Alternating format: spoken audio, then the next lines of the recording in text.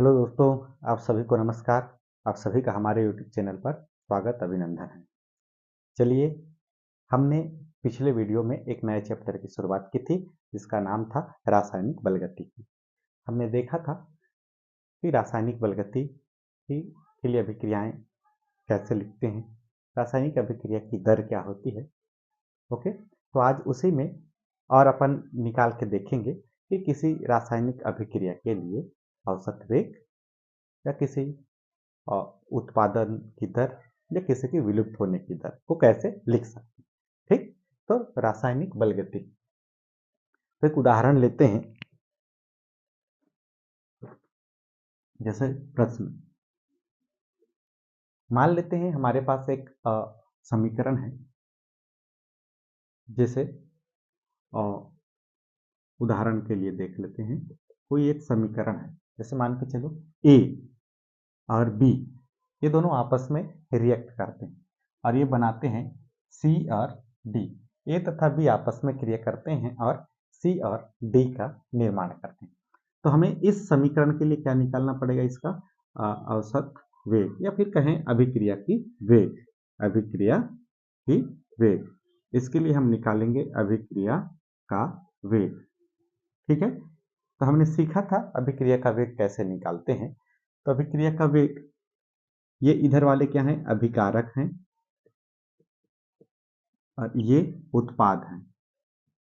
ठीक, तो हमने सीखा था कि अभिकारक की सांद्रता में परिवर्तन में कमी, यानी कि सांद्रता में परिवर्तन कैसे होता है। जैसे यहाँ पे ये ए लिख दिए तो ए अभिकारक की सांद्रता, उसके सामने डेल लगा दिए तो वो क्या हो गया, अभिकारक की सांद्रता में परिवर्तन। किसके सापेक्ष, समय के सापेक्ष, तो डेल टी। क्योंकि ये अभिकारक है इसलिए अभिकारक की जो सांद्रता होती है किसी रासायनिक अभिक्रिया में कम होती है, घटती है, इसीलिए उसके सामने क्या लिखते हैं, माइनस लिखते हैं। तो ये इसको प्रदर्शित करने का एक तरीका है। ठीक, आप समझ पाएंगे कि इसको हम इस अभिक्रिया के लिए हम अभिक्रिया का वेग को 4 तरीके से शो कर सकते हैं। देखिए, ये पहला तरीका हो गया, ये भी हो सकता है अभिक्रिया का वेग, या फिर ये दूसरा दिख रहा है इसको लिखते, क्योंकि ये भी अभिकारक है तो क्या होगा, माइनस बी की सांद्रता में परिवर्तन बटे डेल टी। ओके, ठीक, ये किसके संदर्भ में है सब, ये अभिकारक के संदर्भ में, अभिकारक के लिए। ठीक, अगर हम उत्पाद को लेकर अभिक्रिया का वेग निकालें, उत्पाद को लेकर, तो अपने पास उत्पाद कौन कौन से हैं, सी है और डी है। तो इसलिए अब लिख के देखते हैं उत्पाद के संदर्भ में अभिक्रिया का वेग, अभिक्रिया का वेग। ठीक, तो यहाँ उत्पाद कौन है, सी और डी है।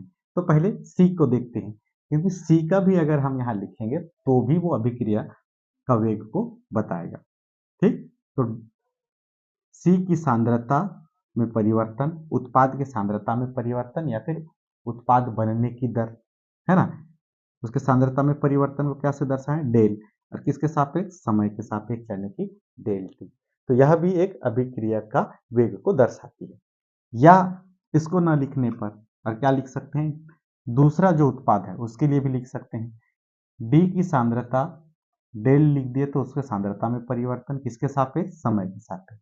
तो यहाँ पे आप देख पा रहे हैं कि इस रासायनिक अभिक्रिया के लिए अगर आप अभिक्रिया का वेग निकालें तो हमारे पास ये एक, ये दूसरा तरीका, ये तीसरा तरीका, ये चौथा तरीका, यानी कि हम इसको अगर इसमें देखें,